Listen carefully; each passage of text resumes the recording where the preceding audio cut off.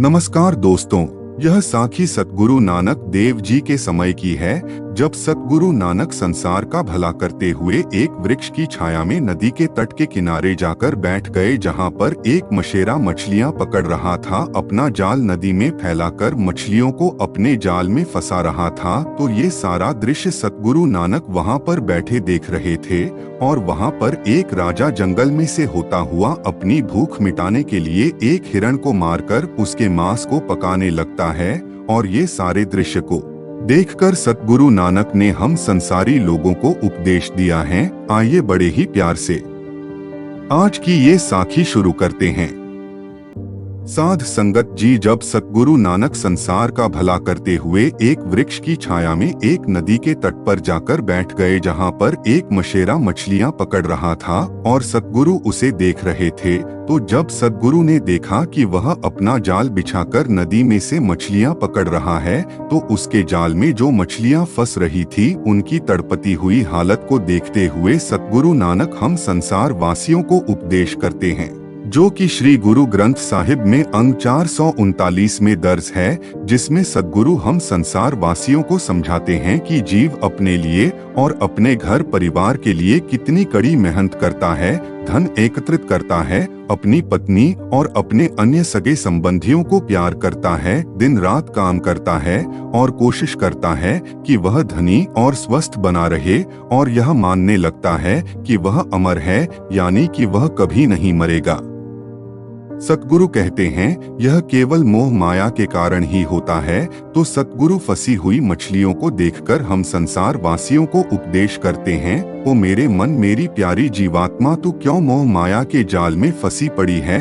अगर तू सदा ही रहने वाले वह मालिक जो जगत का ईश्वर है, जो स्थिर है, वह तेरे मन में बसता, तो तुम क्यों काल के विषाए हुए जाल में फंसती? और सतगुरु कहते हैं, हे मेरी प्यारी जीवात्मा, जब तू काल के बिछाए हुए इस जाल में चारे के लालच में फंस जाती है और उस सागर रूप उस ईश्वर से बिछड़ जाती है, तो तुम बहुत रोती हो, जैसे कि एक मछली पानी से बाहर आकर तड़पती है, आंखें भरकर रोती है।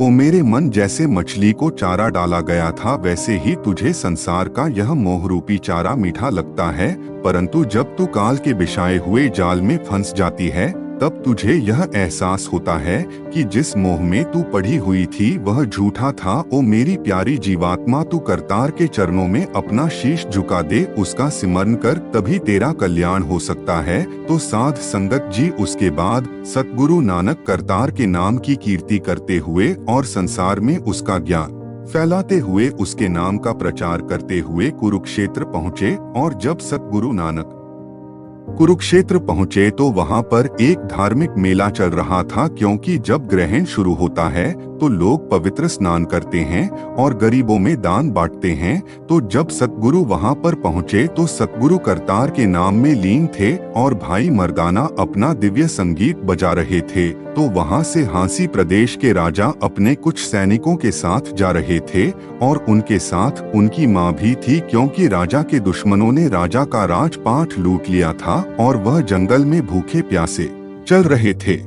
तो अपनी भूख मिटाने के लिए राजा ने एक हिरण का शिकार किया, लेकिन राजा ये नहीं जानता था कि आज सूर्य ग्रहण है। तो वहीं पर राजा ने सतगुरु नानक और भाई मर्दाना को देखा, और जैसे ही राजा सतगुरु की तरफ आगे बढ़ा तो सतगुरु के चेहरे का नूर देखकर सतगुरु के चरणों पर प्रणाम किया। और उसके बाद राजमाता भी अपनी पालकी से उतरी और उसने भी सतगुरु को प्रणाम किया। तो अपनी भूख मिटाने के लिए राजा ने मारे हुए हिरण को पकाना शुरू किया और वह सतगुरु के आगे अरदास करने लगा कि हे गुरु जी, आप भी हमारे साथ भोजन कीजिए। तो सतगुरु नानक ने उससे पूछा कि तुम कौन हो? तो उसने कहा कि सतगुरु, मैं हांसी प्रदेश का राजा हूँ, मेरे दुश्मनों ने मेरे से मेरा राज्य छीन लिया है। आप मेरे ऊपर ऐसी कृपा करें कि मैं अपना राज्य वापस ले सकूं। तो ये सुनकर सतगुरु नानक ने वचन किए कि राजपाट तब तक दुख का कारण होता है जब तक राजा उसे यह सोचकर चलाए कि वह उसके सुख और भोग विलास के लिए है, लेकिन जब राजा राज्य को चलाने के लिए अपने उस राज्य के लोगों की सेवा करेगा, उनकी मदद करेगा और ईश्वर को साक्षी मानकर सभी कार्य करेगा, तो उसे किसी तरह का दुख नहीं होगा और ना ही उससे कोई उसका राज्य छीनेगा। और सतगुरु ने कहा, हे राजन, यदि तुम लोगों की भलाई करते हुए अपने राजपाट को चलाओगे तो तुमसे तुम्हारा राज्य कोई नहीं छीनेगा और तुम्हारा छीना हुआ राज्य तुम्हें वापस मिल जाएगा। तो साध संगत जी दूसरी तरफ हिरण का मांस पक रहा था और उसकी गंध आसपास फैल रही थी। तो मांस की गंध का पीछा करते हुए गांव के लोग वहीं पर आ गए जहां पर मांस पक रहा था और उनके बीच कुछ ब्राह्मण भी थे जिन्होंने मांस को पकते हुए देखा और कहा कि घोर अनर्थ हो रहा है। आज सूर्य ग्रहण है और यह मांस का सेवन कर रहे हैं, मांस को पका रहे हैं, यह हिंदू धर्म के नहीं लगते। इनसे पूछा जाए कि इनका कौन सा धर्म है। तो साध संगत जी यह सुनकर सतगुरु नानक ने कहा कि भोजन इसलिए पकाया जा रहा है ताकि इनकी भूख मिट सके। तो सतगुरु के वचन सुनकर वह ब्राह्मण सतगुरु को मारने के लिए आगे बढ़ा। तो सतगुरु ने कहा कि आपके धर्म के अनुसार अगर सूर्य ग्रहण में हिरण को मारना पाप है तो एक मनुष्य को मारना और भी बड़ा पाप है। अगर आप चाहे तो इस पर विचार विमर्श कर सकते हैं। तो यह सुनकर वह ब्राह्मण कहने लगे कि हम अभी अपने गांव के महान आचार्य को लेकर आते हैं, आप उन्हीं से विचार विमर्श करें। तो जब गांव वाले जाकर अपने आचार्य को लेकर आते हैं, जिनका नाम भी आचार्य नानक होता है, तो वह क्रोधित हुए सतगुरु नानक के पास आते हैं और वह आचार्य सतगुरु से कहते हैं कि आदिकाल से ही सूर्य ग्रहण में भोजन पकाना मना है, लेकिन आप तो यहाँ मांस पका रहे हैं, यह तो घोर पाप है। तो साध संगत जी उस आचार्य को जवाब देते हुए सतगुरु नानक ने जिन शब्दों का प्रयोग किया वह शब्द श्री गुरु ग्रंथ साहिब में अंग 1289 और 1290 में दर्ज है और वह शब्द भाई बालाजी भी अपनी कुरुक्षेत्र की साखी में लिखते हैं,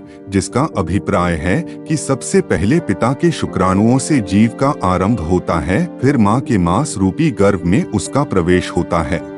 जब पुतले में जान पड़ती है तभी जीव रूपी मांस मुंह में मिलता है। इस शरीर की घड़त यानी कि हड्डी, चमड़ी और अन्य कोशिकाएं सभी मांस से ही बनती है और जब जीव माँ के पेट से बाहर आ जाता है तब भी वह स्तनों से आ रहे दूध का सेवन करता है जिसमें मांस की ही मात्रा होती है। तो जीव का मुख भी मांस का ही होता है और जीभा भी मांस की ही होती है और मांस से ही सांस लेता है।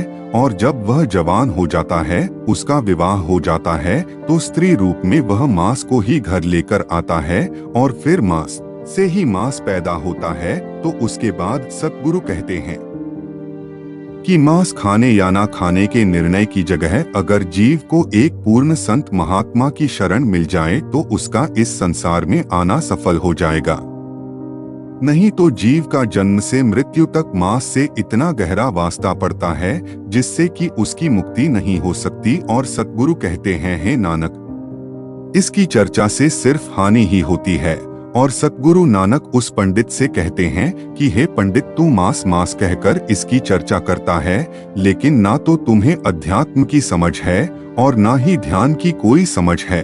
तो सतगुरु नानक की यह बात सुनकर वह पंडित सतगुरु से कहने लगता है कि हमारे धर्म ग्रंथों में तो यही लिखा है कि मांस का सेवन करना पाप है। तो सतगुरु उसे कहते हैं कि इसकी चर्चा करना ही बेकार है। अगर इसकी चर्चा के बजाय हमें यह समझ में आ जाए कि वह ईश्वर क्या है, ध्यान क्या है, तो हम इसकी चर्चा ही नहीं करेंगे और इसकी चर्चा करने वाले को मूर्ख कहेंगे और फिर समाज में जो होता है वह तो इससे भी बड़ा पाप है। सतगुरु नानक उस समय की हालत को बयान कर रहे हैं जब छूत छात का भेदभाव इंसानों में होता था और यह भेदभाव इतना था कि छोटी जाति के लोगों को मौत की सजा तक सुना दी जाती थी। और फिर सती प्रथा थी जिसमें स्त्री को जिंदा जला दिया जाता था। और आज भी समाज में बहुत सारी ऐसी ही बुराइयां हो रही है।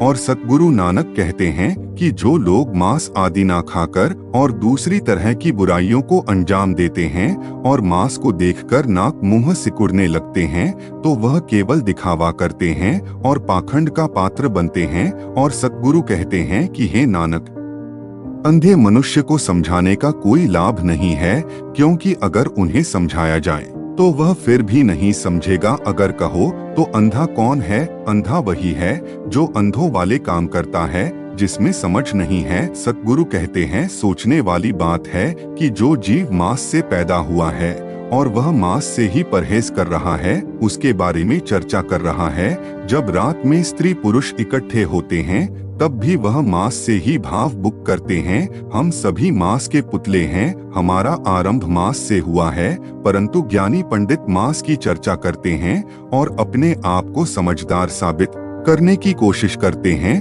और सतगुरु कहते हैं कि हे पंडित, तुम बहुत चतुर हो, क्योंकि तुम्हें मांस से संबंधित किसी तरह की समझ नहीं है और तुम इस विषय पर चर्चा कर कर दूसरों को समझाते हो और ज्ञानी होने का दावा करते हो। तो सतगुरु कहते हैं कि पानी से ही सारा संसार बना है, पानी से ही अनाज पैदा होता है और पानी कहता है कि मेरे द्वारा ही हर चीज का जन्म होता है। तो सतगुरु कहते हैं कि अगर तू सच्चा त्यागी है तो वह सब छोड़ दे जो पानी से पैदा हुआ है। तो सतगुरु के यह वचन सुनकर वह पंडित भावुक हो जाता है और कहता है कि मैंने जितने भी धार्मिक शास्त्रों की शिक्षा ली और अपने अभ्यास से मैंने यह जान लिया था कि एक दिन मानव रूप में नानक नाम से मेरे पास एक संत आएंगे। यह बात सोचकर मैंने अपना नाम नानक रख लिया था और आज मुझे मेरे नानक मिल गए हैं। आप ही देह रूप में ईश्वर हो। तो साध संगत जी, इसके बाद वह जो कढ़ाई में मांस बन रहा होता है वह सतगुरु की कृपा से वह खीर बन जाती है और सतगुरु उसे सभी में बांटने का हुक्म देते हैं। तो साध संगत जी, ये सब संत महात्माओं की लीला होती है, उनके समझाने का तरीका होता है ताकि जीव किसी दुविधा में ना पड़ा रहे कि अगर वह मांस नहीं खाता तो वह बहुत आस्तिक है। इसीलिए सतगुरु हमें समझाते हैं कि भाई, जीवन में गुरु का होना जरूरी है, क्योंकि अगर जीवन में गुरु की शरण हमें मिली होगी तो हम ऐसे विषयों पर विचार ही नहीं करेंगे, क्योंकि गुरु हमें वह समझ प्रदान कर देता है जिसकी मदद से हम इन सब वादों और विवादों से ऊपर उठ जाते हैं।